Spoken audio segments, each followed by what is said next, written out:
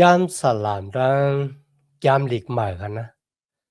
มันห่างกันเป็นเฮงปีกันเนาะก้อยกะลองดังที่ฮอดทาไว้นะยามสลามนะมันมาอ่องอย่างนะยามหลีกใหม่ตอนหนังสืออีสู้ก็ยังเจอกันนะเฮาคัดได้มาเห็นกว่าซ้อมกันในวันมื้อไหนครับ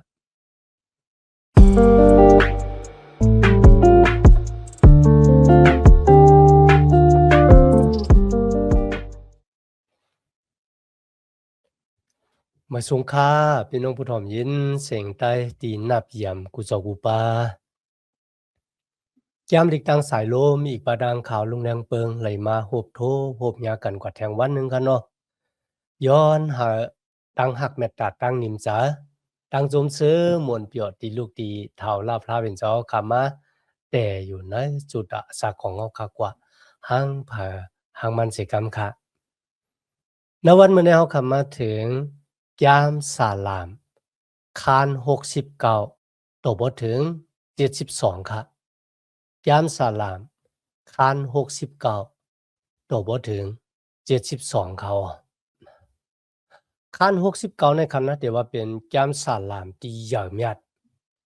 ที่จับแสงอันนางรองเจ้าเมเซียในก็ว่าไรคะมันเป็นจังหนังนั้นแท้ๆค่ะนะอาจจะเป็นปีที่เจ้ามุนเหยาคุณอค่ำอยู่เต็ดๆเย็นๆแต่ว่าจังไหนก็แหละณจุดอาสักต้านของบ่มีรองต่างสังในคณะกุยกันมันก็ซ้ำกับสืบกันดังจุดอาสักต้านของเจ้าหญิงสู่ป้าค่ะนะเมื่อก็อ่านแก้มสาลามของเจ้ามุนเหยาคุณอค่ำดาวิดพี่น้องค่ะแก้มสาลามคานเศร้าสองเป็นแก้มสาลามที่จับแสงอันดังตั้งตายของเจ้าเยซูคริสต์ในเสาลักว่ามือเดี๋ยวก็แก้มสาลาม69ในซ้ำลาดถึงอาสากต้านของเจ้าเยซูคริสต์แต่จะเกิดต่อบ่ถึงเหนือเสาลักว่ามือก็ว่าไรกันนะเป็นแก้มหลีกที่เฮาคาเลยทบหันในแก้มหลีกมามีไว้นะมัดแถมากู้ลูกาโยหันตะหมานเจ้าอีกบาดังโลมาปะเขาขาเลยตุยหันเจ้าหนังไหนอาจจะเป็นหมายสองก็ไล่ค่ะนะตามแก้มสาลามคันเช้าสองกันเนาะเดี๋ยวมาจะเดี๋ยวขาเลยทบหันนะสมัยแก้มดิกมาค่ะในคัน69แต่เจ้าข้อเช้าสองถึงเช้า8ในเดลัดถึงแก้มสาลาม ในต่างอันตอบแทนขึ้นแหละที่แต่มันจะว่าย้อนหาตอบแทนก็มจะครับมันเหมือนจังย้อนต่างอันเมตตาเพ่งหาสิอย่างแต่ละซ้อมหนังแต่ละเนี่ยกันนะพี่น้องค่ะที่นั่นมันจับแสงกันดังณจุดอาสักตานของเจ้าเยซูคริสต์แต่จะเอาอาสัก12โตบ่ถึงอาสัก30ที่นั่นเขาคำบ่ฮู้รองของเจ้าเยซูคริสต์ว่ามันจะเจ้าอาสักตานของมันจะอยู่ที่นาซาเรตเนี่ยอยู่จึงหือหลายๆในเขาคำฮู้แต่ค่ะนะก็เป็นจังนั้นเขาคามาอ่านด้วยอาซาตานของมันเจ้ามือมันเจ้าอยู่ดีเวงนาซาเรตเนี่ยมันเจ้าเลยขำดังอันยุกยงยงโยห้ามนั่นก็มันเจ้าเลยขำดังอันเถียงแปดเลยขำดังอันขี้เน็กเด็กเตียงไหนเขาคาสืบเห็นกว่าซ้อมกันคาน69ข้อที่1ค่ะนะ พระเป็นเจ้าดีคาเกศเสกชอดเอาคาเจ้าเสกัมดีคานำโทมถึงคอคาเจ้าไว้ติขายาวนำโทมถึงคอคาเจ้าไว้ติขายาวทีละถึงน้ำทมถึงคอได้มันเยิงถึงตังตุกข้าขานจาค่ะนะตุกข้าขานจาภายตูกายาคันทาจอมหนังเดียวขาหันเหนือเสาลักว่ามือนั่นน่ะอะโลมันเตขามเวทนาตั้งเจ็บตั้งแสบหมอกกะหือใน เขาขำจางลามไหลกันนะหรือเช่นนั้นก้าเนี่ยครับน้ำที่จุยสู้หลูไหลคามมันลึกหมอกกะหือตั้งรับสิ่งที่จุยสู้ไปปุนดาเดซอกหาลูกโซตีหายกว่าเนี่ยมันรับสิ่งหมอกกะหือเขาขำหูไหลก็เพราะฉะนั้นเมื่อสมัยแก้มดีกลาถึงว่าน้ำขึ้นมาถึงคอขาเนี่ยมันเยิงถึง3 นาทีวายลื่นค่ะนะเหนือเสาลักว่ามือจุยสู้อยู่6 นาที 3นาฬิว่ายลื่นในค่ะนะมือมันจะอยู่ในเสาหลักว่ามือนั่นน่ะมันจะเป็นลูกโซ่ของพระเป็นเจ้าที่หับขามเอาอวดเอาแปดของก้นโลกากว่าดังเสียงดังหมดในค่ะนะที่มันจะเลยขามตั้งอันเฮ็ดให้เป็นก้นมีอวดเอาแปดก็เหนือเสาหลักว่ามือในค่ะก็บ่เจ้าไหนค่ะนะมันเป็นตั้งตุกข่าอย่าผืดขานจะที่เจ้าเยซูเลยขามต่างเฮาค่ะ มาถึงข้อที่2คาน69ในค่ะนะข้าเจ้าโจมเขาอุงไว้อันลึกหนาตีอันนั้นมีตีตักเหยียบตำตีนนั่นตีขาเย้าข้าเจ้าลองอยู่กันนั้นนำอันลึกหนาตีอันแรงน้ำเปิบน้ำโทมข้าเจ้านั่นตีขาเย้า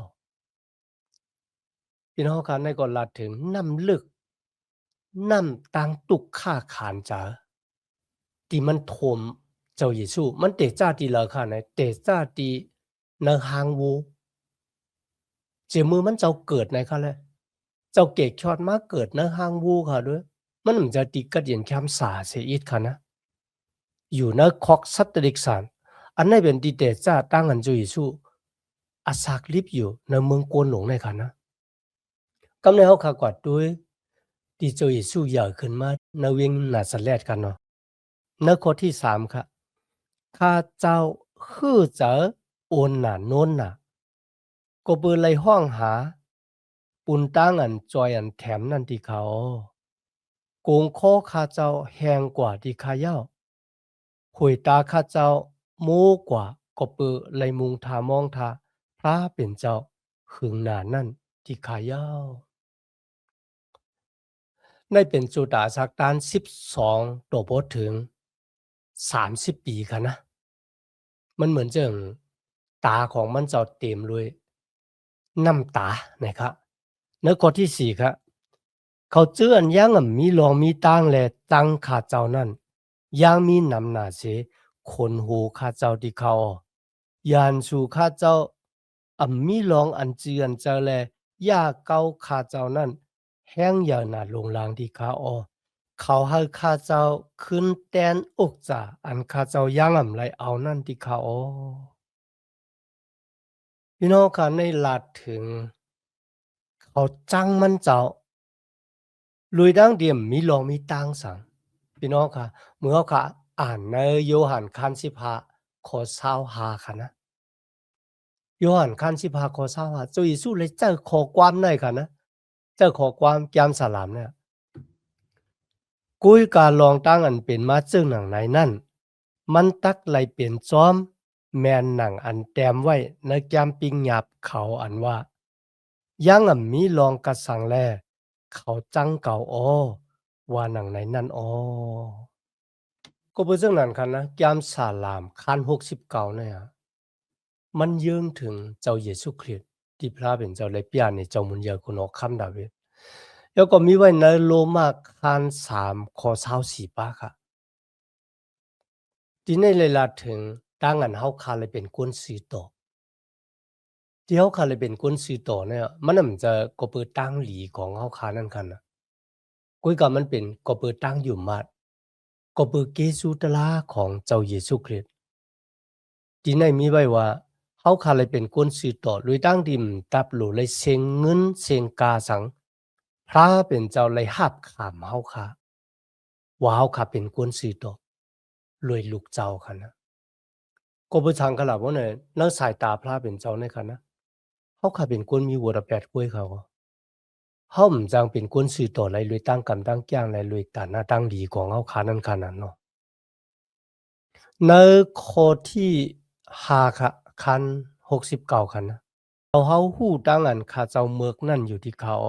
อแปดข้าเจ้าตั้งหลายนั่นซึ่งรับไว้กะติเจ้าเฮาติกาพี่น้องเขาวางก็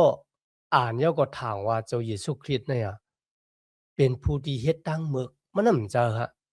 เขาก็รู้เลยตองไว้กันนะเจ้าเยซูเลยจ้ามาในเมืองกนเนี่ยนักอสร้างอตานตั้งอันเป็นมนุษย์ซะโกนเหมือนจังเขาค่ะกุยกับมันเจ้าหมดจังเขาซะแล้วเจ้าเยซูยามเป็นเพอันแต่แลดอกโกนก็แล้วเจ้าเยซูเลยเป็นคนที่กูเกิกกุยกับจุดาสักตานของมันเจ้าเนี่ย เขออกเสวัวระแปดกามีดังเสียงดังหลงตีลาดไว้นขอใน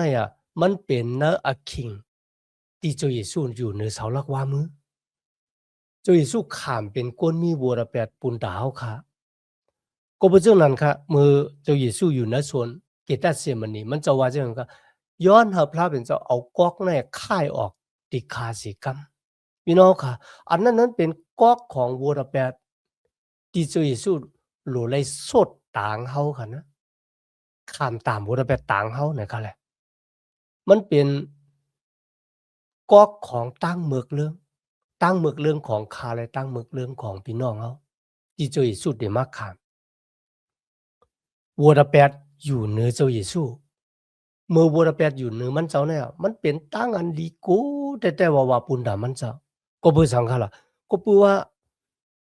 มันเจ้าเป็นเจ้าอันหมดจางยามมีวัวระแปดจองเจ้าค่ะเมื่อวัวระแปดมาอยู่นะมันเจ้าเนี่ยมันเป็นรองตั้งอันดีกูหรือเสียนั่นเหมือนค่ะตั้งอันข้ามทุกข้าเวทนาต่างเฮาคานั่นน่ะอะโลมันเมิกเรื่องแท้ๆเมื่อเฮาคาไรหันศึกโลมาโป้แหมเอาตอกจับตายในเสาหลักว่ามือในข้อที่6ข้อที่7ค่ะที่ในมีไว้ว่าย้อนอย่าหาคนดังหลายที่มีตั้งมุงทามองทาในขาเฮาไหลข้ามตั้งอกตั้งอายก็ปือคาสีกรรมในเขาพี่น้องค่ะมีอยู่2รองรองที่1ก็เขาจังพระเป็นเจ้าเขาจังเจ้าเยซูในเขาแหละ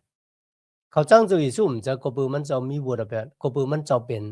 ลูกพระเป็นเจ้าก็ปือมันจะเป็นเจ้าเกศยอด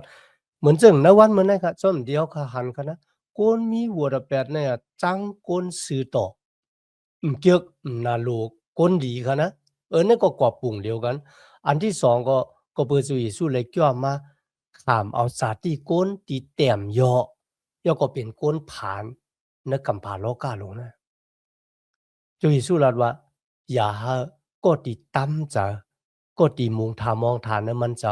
เลยขามตั้งอกตั้งอายพี่น้องค่ะแต่เขามันเจ้าสุดตองจึงหลังนั้นค่ะแล้วข้อที่8ค่ะคาน69ในคันนะข้าเป็นแขกนเกกลางพี่น้องค่ะข้าเป็นก้นต่างเมืองเป็นลูกของแม่พี่น้องค่ะเลยลาดว่าเป็นลูกของปอค่ะนะมีคนวางก็เขาเลยต่างเปี้ยไว้จังนั้นนะครับว่าน้องของจุยสู้อัปเดตถามแม่จุยสู้ว่าเลยยินว่าปียายเฮาเนี่ยเกิดมาโดยดั้งที่มีปอในห้าเนี่ยวางกรรมก็ที่เป็นน้องอัปเดตสมุกสุขขาดก็ที่เป็นปียายกุ้ยก็นั่งมาลีฮู้ค่ะรู้เนาะว่าตะหมานกลางเฮามาปยาดหนีเขาจังหนังเอาจอมหนังสมัยแก้มดิกเนี่ยมันเหมือนจังว่านาเฮิรนที่จุยสู้อยู่มานั่นน่ะมันบ่มีทางโจมซื้อมนต์เปียวกะกันนะที่ในรายลาดว่าเป็นลูกของแม่เจอเขายูเซฟเนี่ยมันเลยเป็นปอของจุยสู้ตะหมานกลางเฮาปันนอนจอมต่อบ่จุยสู้เกิดมาค่ะนะคัน69ข้อที่9ครับ当然ข้าเจ้าจะจ้อยแห้งอย่าลุยลองจ้องปีกหมันเจ้าเฮาในไม่น่าจะข้าเจ้าอยู่เหมือนจึงหนังไพ่ความเซ่ซ้อมอันเปิ้นเซ่ซ้อมที่เจ้าเฮานั้นตกฮอดกันเนือข้าเจ้าที่เขาพี่น้องค่ะที่ในเจ้าเยซูไหลเจ้าตือในโยหันคาน2ข้อ16-17เอามาได้เป็นคนเลวีฮะปล่อยให้เขาเอาโชมาขายในวางจองปีกมันตีก้นต่างจื้อจัดเจ้าคือเดมาสุดต้องเติงหาปลาเป็นเจ้ามันมีตีเงาะก็บอกว่าเขาเอาโชเอานกเอาแป้มาขายปุนดาเดให้คนมิวจูเขามาซื้อแล้วก็เอากว่าเผาลูเป็นเครื่องปลูกโจพี่น้องค่ะที่ในจุยสู้เอาแก้มสลามคาน69คอเก่าในเขาจุยสู้เฮ็ดจังค่ะเอาเจิกเฮ็ดเป็นค้อนแล้วก็ลึบลำโป้เขาแล้วก็ลาดว่าเอาลองดังซื้อในออกว่าอย่าไปเฮ็ดให้จ้องปีกหมันโปเฮาเป็นตีกล้าขายของสูในเขาวายเสนั้นตะเปเจ้าก็ต้องในกันนะมันเจ้ามีตั้งใหม่จะเนื้อลองจ้องปีกหมันของพระเป็นเจ้ามีไว้ในโยหันคัน2ข้อ16-17ลูกตีแก้มสลามขอในกว่าเขาในข้อที่10ค่ะนะ เมื่อข้าแค่เจอแต้มลงอึบตั้งกินมันเป็นที่สำมุกสุขะทางเลขรูหลายของเขาทั้งหลายนะครับเจ้าเขาพี่น้องของมันเจ้าเนี่ยทางเลขรูหลายแล้วก็เฮ็ดคิดเฮ็ดป่ายในคันนะในข้อที่11คันนะที่นั่นก็ว่าเป็นติเสติเนคันนะติเสติเนอย่างขนาดบ่เนี่ยจึงพี่น้องค่ะมีคนอำป่องซาคันน่ะเนาะเขาฮู้ร้องเนี่ยเขาก็ถามว่าว่ามว่าเจ้าเยซูเนี่ยเกิดมาเลยดังดีนางมารีเนี่ยก่อนนอนซ้อมคนใจต่างก่ออยู่เนี่ยก็บ่ซึ่งไหนที่ไหนคันนะมันเป็นตั้งอันเสเนแล้วก็ลาดเจริญสลาดต่อมันเจ้าแล้วข้อที่12ครับโกนตีนนางอยู่ที่หิมพักตูเวงกันนะลาดรองของข้าคนเมาเหล้าทั้งหลายก็จับเพลงความขว้างหวากคาในเขาคนที่นั่งอยู่พักตูเวียงเนี่ยเป็นคนที่มีอาช่างตันสูงเขานะบ่ได้เป็นผู้เสี่ยงตลาดจังได๋แล้วก็อีกบางทางคนเอาเวียงน่ะจะแลดคันนะพี่น้องค่ะมีต่างอันทางเลขรูหลายที่ว่าจังได๋บ่หนังหือเนี่ยก็ว่าไรอันนั้นมันเป็นแก้มสลามในสุดาสักตานจุยสู้คันนะคัน69ในคันเนาะในข้อที่13ครับ ถามว่าพระที่ข้าเจ้าจันสุดต้องที่เจ้าเฮาอยู่ที่เขาพระเป็นเจ้าดีข้าเนื้ออคิงอันสั่งถูกนั่นขึ้นข้าเจ้าเสกรรมที่ข้าแค้นต่อจอมเลยเมตตากรุณาเจ้าเฮาอ่อนใหญ่นั้นนั่นอีกตั้งจอมเลยสิจัดตั้งอันเจ้าเฮาเกเสเอานั่นแลถ่อมเอาข้าเจ้าเสกรรมที่ข้า2โครินธ์คาน6ข้อ2ครับ อันนี้สำหรับว่าลูกก็เลยเตรียมส่งถึงพี่น้องเมืองโกรินตุเอานะแก้มสาลามได้เหมือนกันครับขั้น69ข้อ14ถึง19ครับอันนี้ได้ลาถึงตั้งทุกค่าขานใจของ主耶稣คริสต์อีกบาดังตั้งอันมันเจ้ามันจะในตั้งอันพระเป็นเจ้าเดเกชอดเอามันเดี๋ยวก็มันเจ้าจะเป็นผู้ที่มีตั้งเป็นอย่างในข้อที่20-21ครับ ตั้งอันเสียอันซ้อมเจ้านั้นให้หูเจอข้าเจ้าแตกแล้วกว่าแลข้าเจ้ามีตั้งอันไม่เจอห้อนเจอหน้าลงรางที่เขาข้าเจ้าโซหาก็อันตักหาเจอศักษานั่นเสียก็อ่ำทบอ่ำหันเสียก็ดีค่ะเมื่อนข้าเจ้าต้องไม้นั่นเขาเอาง่วนปั่นข้าเจ้ากินแลเมื่อนข้าเจ้าอยากน้ำนั่นเขาซ้ำเอาน้ำหมกสมน้ำหมกสมตึกปั่นอ๋อ พี่น้องก็อ่านตีในพี่น้องก็คุกจะอะไรดีละในเสาลักว่ามือของเจ้าค่ะเขาเอาน้ำหมกโสมค่ะนะยืนบรรจุเยซูกินในข้อที่22ครับเฮาเพิ่นที่กินข้าวเขานั่นเป็นอันยาอันยุกเขาแลเฮาปล่อยกินปล่อยคบเขานั่นเป็นปุณอันตักตกซุ่มเสียกำรวยจอมหลังที่เขาคาไลลัดมาไกลว่าแต่เจ้าข้อ22ถึง28นี่มันเป็นความสุดต้องย้อนเฮาตอบแทนคืนไหนกันเนาะ พี่น้องกะสลับปอลูเอามาอ่างในโรมามีเขาอะนะสลับปอลูลาดว่าซ้อมหนังดีเจ้ามุญญาคุณคำดาวิดลาดว่าเขาปล่อยกินเกี่ยวของเขาเป็นตุ่งเหี่ยวตุ่งคึมของเขานะครับนะเป็นตั้งอันเฮ็ดให้เขาล้มลงให้ตาของเขาโมกว่าอย่าให้เขาเลยตุ้ยหันเลยให้หลังของเขากว้างกว่านะครับในข้อที่25ครับ เฮาซุ่มเถงเขาเป็นที่อันเสร็จก้นเหนียวก้นและอย่าไปเฮามีก้อนอยู่กันนักเถงเขาซื่อนั้นสิกำรวยพี่น้องค่ะที่ในสลาเปโตรเอามาอ้างไว้ในตะหมานเจ้าคันหนึ่งข้อที่20เขาสลาเปโตรเอาในแก้มสลามคัน69นะครับมาแต้มหมายในตะหมานเจ้าคันหนึ่งข้อที่20ครับพี่น้องค่ะเข้ามาอ่านด้วยเลยครับในข้อที่26ถึง28ครับ เขานิกจักแง้นเซที่เขาเจื้ออันเจ้าเฮาปันตามไว้นั่นแลเขาลัดลองดังอันคบอันคืนที่เขาเจื้ออันเจ้าเฮาเจ็บเฮาเสียบนั่นที่เขาย้านต่อแต้มหมายอาแปดเขากามีดังเสียงดังหลงนั่นไว้แลอย่าไปเฮาเขาเลยเข้าป่าขามเอาเกซูตั้งอันเจ้าเฮาเก่ช็อตเอานั่นสิกรรมที่ค่ะเฮาจื้อเสียงเขาเลยขามตั้งอันหมอดแปดเสกันเนจะลาง อ้างเขาจื้ออันอาศักลิบอยู่เสียแลอย่าไปให้เขาเลยเข้าป้ากันนะจะล่างอ้างโกนเจ้าเฮานั่นเสกำดีค่ะพี่น้องค่ะอันนั้นก็ลาดถึงโกนดีเลยครับตั้งเกกช็อตเลยขานร่างอันถูหมดออกค่าในกันนะให้ถูจะล่างของโกนดีเลยครับตั้งเกกช็อตเนี่ยหมดไปเด้นะเมื่อเขาก็อ่านนะแก้มเปียติคัน3ข้อที่5พี่น้องค่ะที่ในมีไว้ว่าก็ที่มีตั้งเป็นเนี่ยก็นั่นที่เลยเสือสีขาวและจือเขาเต็มเลยขามตั้งอันหมอดแปดถูแปดออกเสปับลิกจะล่างอาสากนะครับนะเนื้อแก้มสลาม1ปาก39ข้อ16ครับพี่น้องค่ะที่ในมีไว้ว่าตาของพระเป็นเจ้าเลยตุ้ยหันเฮาเจมือเฮาอยู่ในต้องแม่กูวันที่เฮาอาศักลิบอยู่เนี่ยพระเป็นเจ้าเป็นผู้มักค้านไว้แต้มไว้อ่อนดังที่เฮาติเกิดมาก่อนก็บ่ซึ่งไหนที่ไหนคะนะหวังก็มีดังวนจะใครเจ้าว่าก็ตีเลยครับตั้งเกกชอดนะยะพระเป็นเจ้าเต็มหมดถูจื้อเขาออกแล้วปาบลิกจะล้างอาศักก็เปิดพระเป็นเจ้าฮู้จักเขายะที่ว่าหมอดถูนั่นน่ะมันหมอดถูการงานของเขากุ้ยโยเนี่ยคะนะกุ้ยกับมือเฮาอ่านตีลิ้นสุดมันค่ะนะ อย่าให้เขาไล่เสิร์ชจะล้างไว้จอมกวนสื่อต่อพี่น้องค่ะอันนั้นก็มันเยื่องถึงเขาอ่ำไล่หาตั้งเกกช็อตกันนะอัปเดตเหมือนซึ่งยูตาห้าเนี่ยอันนั้นก็หลีวนจากใครจากเหมือนกันกำลินสุดมันค่ะนะเมื่อแก้มสาลาม69เตสุดกว่านะครับเตจ้าที่ข้อที่30ค่ะนะ เกาตักเฮ็ดความยองยอนหนามาจือเสียงพระเป็นเจ้าแลตักผุยหมอกลาดนี่ลองดังอันมันเจ้าอย่างเมียดนั่น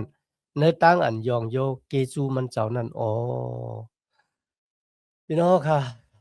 ก็เหมือนดังมือจือสุกยอดมาในโลกาเนี่ยก็ขามเอาสาติก้นขามทุกข้าเวทนาตอกซับตายในสลักว่ามือวายเสมันเจ้าตายเลย3 วันก่อนลูกกระดังตายขึ้นลิบมาลูกกระดังตายขึ้นลิบมามันป่องว่า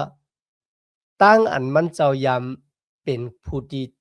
ตกแต้มนั่นน่ะเลยขามร่างอันยุกยองขึ้นเป็นก็ที่เหย่อยัดสูงสุดเลยถูดเอาโกนที่อยู่มาตำจากนั้นมันจะที่มีอยู่ในโลกาลงนะก็เพราะฉะนั้นในวันเหมือนในมีก้น2 ซุ่มเนี่ยกันนะซุ่มหนึ่งเลยครับตั้งเกกยอดซุ่มหนึ่งตึกขาตกอยู่ในวัวระแพทโลกาเนี่ยมี2 ซุ่มเลยขำตั้งอันถูดเอาเลยไปเลยขำตั้งอันถูดเอานะครับในข้อที่33ครับถ้าเวลาพระถ่อมเอาความเข้าเจื้ออันจุดอันหลุดนั่นแหละมันเจ้าอำลงอำลืมกวนมันเจ้าเจื้ออันใดอยู่ในถ่องนั่นติค่ะอันให้พระเป็นเจ้ามีแผนการบุญดากนอยากกนผ่านในกันนะมันเจ้าลืมเฮาในเขาตั้งเกสู่พระเป็นเจ้าแท้ๆค่ะนะ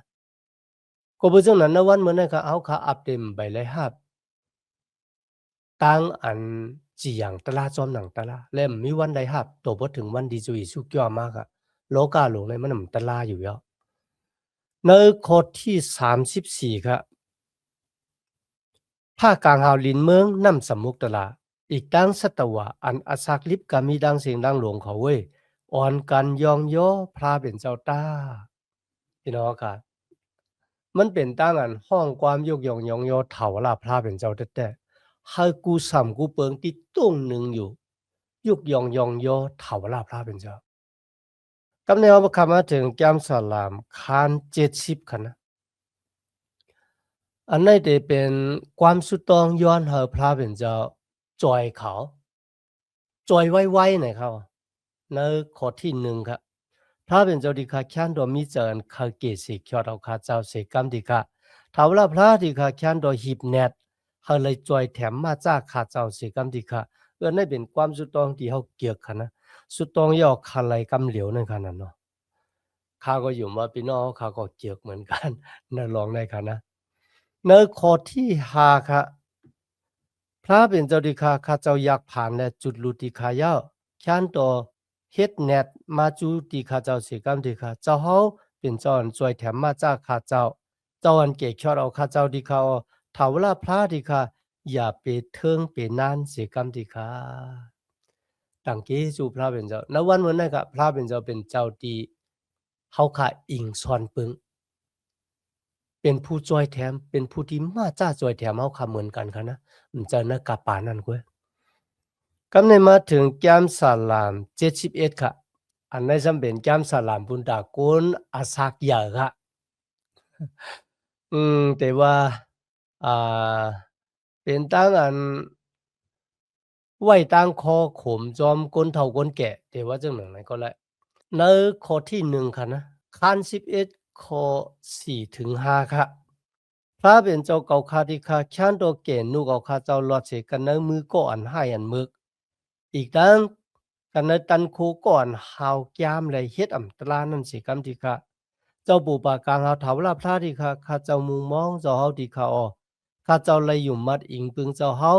เจมมือเล็กที่ขายาวเนี่ยในลาถึงอยู่มัดตั้มจะนะพระเป็นเจ้าเจมมือก็เล็กในกันนะมันจึงขาวลงแรงเบิ่งได้มเลยอยู่มัดเจมมือก็เล็กค่ะเนาะกุยกะเจ้ามุนอยากคุณเอาคำดาวิดและอีกบาดังลูกลางตะเปเจ้าหลายก็ค่ะอยู่มัดตั้มจะนะจุยสู้เจมมือก็เล็กค่ะอย่าพระเป็นเจ้าแปะแปดมาถึงข้อที่เก่าค่ะนะอย่าไปแปะแปดในตั้งอันข้าเจ้าเฒ่าแก่เย้านั่นสิกรรมที่ค่ะอย่าไปจุ้นแปดในตั้งอันข้าเจ้าแห้งโอนกว่าเย้านั่นสิกรรมที่ค่ะมันเป็นแก้มสลามคนเฒ่าคนแก่ค่ะพี่น้องครับพระเป็นเจ้าเต็มแปะแปดเฮาค่ะจะว่ามือเฮาหนุ่มพระเป็นเจ้าก็ฮักเขามือเฮาตึกมีแห้งและเจ้าการอะไรอยู่เนี่ยเจ้าค่ะมือเฮาเฒ่ากว่าพระเป็นเจ้าก็เต็มป่วยปื้นป่วยแปดเฮาหรือฉะนั้นก็กติสัจจะมันจะมีไว้ว่ามันจะที่ปันพรดีมังกลาหนึ่งแห่งโจอาสากลที่ลูกที่หลานเฮาเนี่ยครับพี่น้องครับทางเอ็นเฮาก็ได้อ่านเจ้ามุญญาคุณคำดาวิดลาดว่าข้ายามเป็นก้นหนุ่มเร็วในคาแก้วนะไปต้อนยามหันลูกหลานของก้นสีโตเนี่ยเลยเป็นก้นย้อนกินเลยมันได้ลาดจังไหนเขานั่นบอกว่าเขามันจะเนอะตั้งหักเมตตาของพระเป็นเจ้าที่มีต่อเขาว่าพระเป็นเจ้าเต็มปล่อยแปดเขา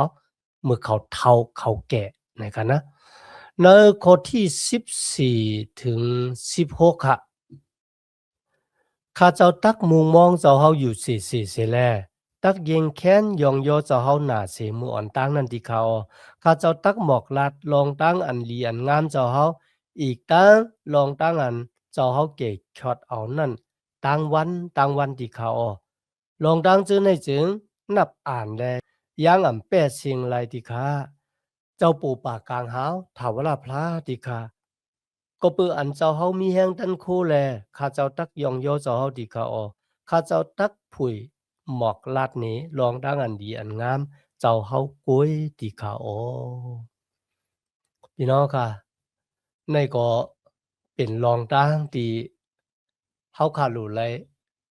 นับพรดีมังละตั้งอันพระเป็นเจ้าจวยแถมเฮากาก่อนป่นขึ้นปะหลังมามีสั่งหลายๆในคะเนาะมาถึงในข้อที่18ค่ะคัน71ในคะนะณจวนข้าเจ้าเฒ่าแก่เย้าแลหูหอกอยู่นั่นแน่พระเป็นเจ้าที่ข้าแค้นโดยอย่าไปจุ้นแปดข้าเจ้าเสกรรมที่ข้าแค้นโดมีอยู่เลยกันตั้งข้าเจ้าย่าเหมือนข้าเจ้าผุยหมอกลัดนี้ลองตันโคอีกตั้งหมุนพุงอนุพอเจ้าเฮาดีเจอคืออันยังสืบลามตามมาอยู่ตั้งเสียงตั้งหลงนั่นสิกรรมที่ข้าปันแห้งเฮาว่ามือเฮาเฒ่าเฮาแก่แล้วอย่าไปเฮาค่ะนั่งอยู่หลายๆนั่งอยู่ในจอกในเจ๋งให้ตีงเนี่ยอย่าเป็นจังหนังนั้นเฮาค่ะลุกขึ้นมาหับถ้ำนาการพระเป็นเจ้าจอมหนังเอ็นแห้งที่เฮาขามีเนี่ยค่ะนะมันเหมือนจังว่าคัดจะเกียวจะหับถ้ำนาการพระเป็นเจ้าโตถึงวันตายในเขาในคัน71ข้อ22ถึง23ครับที่ในค่ะนะเมื่อเฮาค่ะเฒ่ามาแก่มาเนี่ยอย่าไปเฮาลัดถึงลองตั้งตุกค่าขานใจของเฮาอะก้วยขาวคันลัดถึงตั้งโจมซื้อมวลเปียวที่พระเป็นเจ้าปันเฮาโยก็หมอยุกยองยองโยถาวรพระเป็นเจ้าในข้อที่24ครับที่ในลัดถึงลิ้นของข้าที่ลัดถึงตั้งจอยแถมอันซีต่อของเจ้าเฮาต่อจูอาสาของข้าก็เปอก็ตีสอกหา ปุณตาเดเฮ็ดอันแต่แลตีคานั่นน่ะเขาได้เลยรับตั้งอกตั้งอายในเขาก็เป็นจังนั้นครับมันเป็นสังฆะนะเฮาก็คุกจะไลกะก่อนป่นขึ้นปะหลังมาของเฮาปุ้ยก็คุกจะไลตั้งหลีแล้วก็ลัดออกมาที่เป็นข้อความหลีความหวานรองของพระเป็นเจ้าค่ะนะอันนั้นก็เป็นแก้มสลามที่เข้มแลบปุณดาเฮาดังหลายที่เป็นคนเฒ่าคนแก่นะครับเนาะในแก้มสลามคาน72ครับกำในค่ะนะที่ในสำลัดถึงรองคุณโอค่ำแลอีกว่าดังซึ่งวันเมืองของมันเจ้าที่ได้มาแต่อยู่อำไปมาแต่ครับได้มาแต่นะครับนะ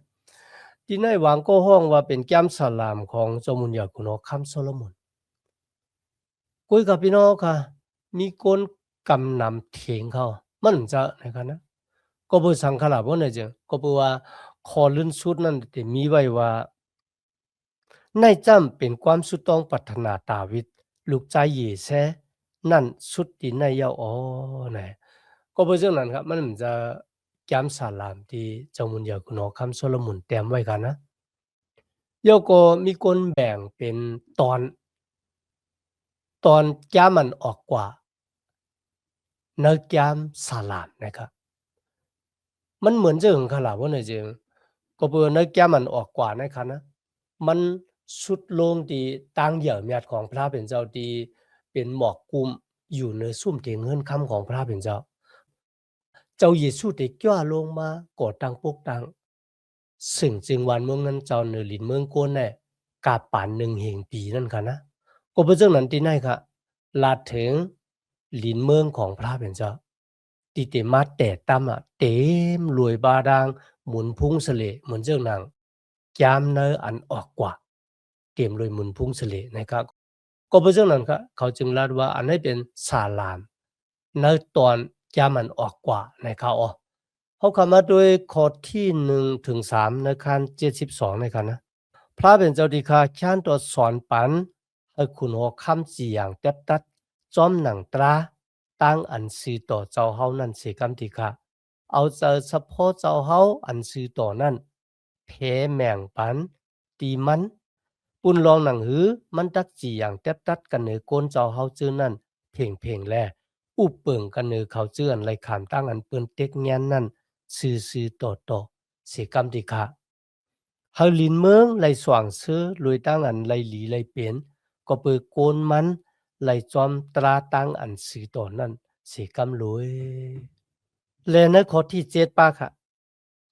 เฮาตั้งอันซื้อต่อเหลืองน้ำในโจปานขุนนั่นแหละเฮาตั้งอันชายาเหลืองเจอนั่นเป้จุ่มอยู่ในขิงค่ะจูอันเหลือนแรงอยู่นั่นเสียกรรมรวยลาดถึงตราตั้งอันสีต่อกันนะ เจ้ามุญญาคุณโอคำดาวิดย้อนสติปิงญาพุนดาได้แตบตัตราสี่อย่างตราโกนของมันเจ้าโกนของพระเป็นเจ้าเนี่ยก็แหละพี่น้องค่ะในวันเหมือนในค่ะนะมือลัดถึงตั้งสือโตในคานเจ็ดในค่ะนะอำว่าจะเป็นผู้เสียงตราก็ย่อกันนะก็ที่หับคานเมืองก็ย่อกันนะหาคนสือโตแท้ๆเนี่ยหาหยาบหนากันนะมันเป็นเรื่องนั้นแท้ๆเขากุ้ยกำใจมีมใจกันนะมีอยู่ วันที่เต็มทนที่สุดก็วันที่พระเป็นเจ้าเจ้าเยซูคริสต์จว่าลงมาในโลกาในเขากำแนวคำมาตุยสลามคาน72ข้อ17ถึง19ครับเฮานามาจือเสียงมันเจ้านั่นแต่อยู่เสียๆแล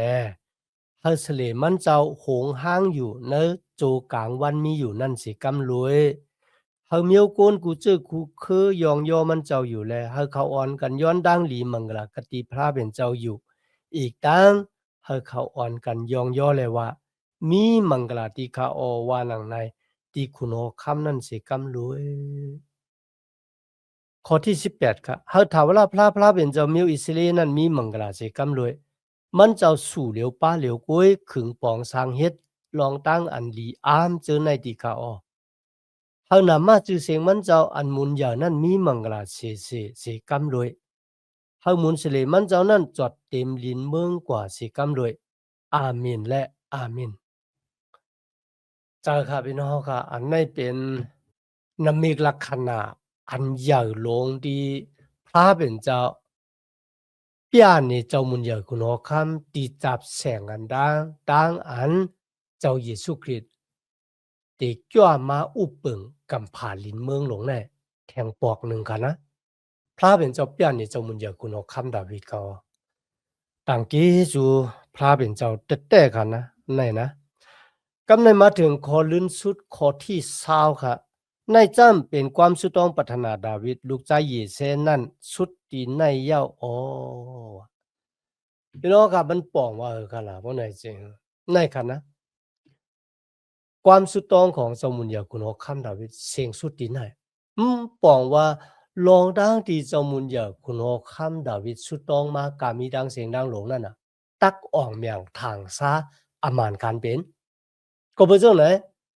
มันมีความสุดต้องพุ่นน่ะเดสุดต้องกว่าแทงยาวในเขาอ๋อมีดังนั้นต่างเกจูพระเป็นเจ้ายันน่ะณวันมื้อนี้ที่มาเห็นจามหลีกกว่าซ้อมกันตัวบ่สุดย้อนหาตั้งหักเมตตาตั้งนิมจาตั้งจมซื้อมวลเปียวตีลูกตีเฒ่าละพระเป็นเจ้าคำมาแต่อยู่เนอะหัวเจ้าคากว่าหังเผอหังมันสิกรรมคะเมื่อสูงค่า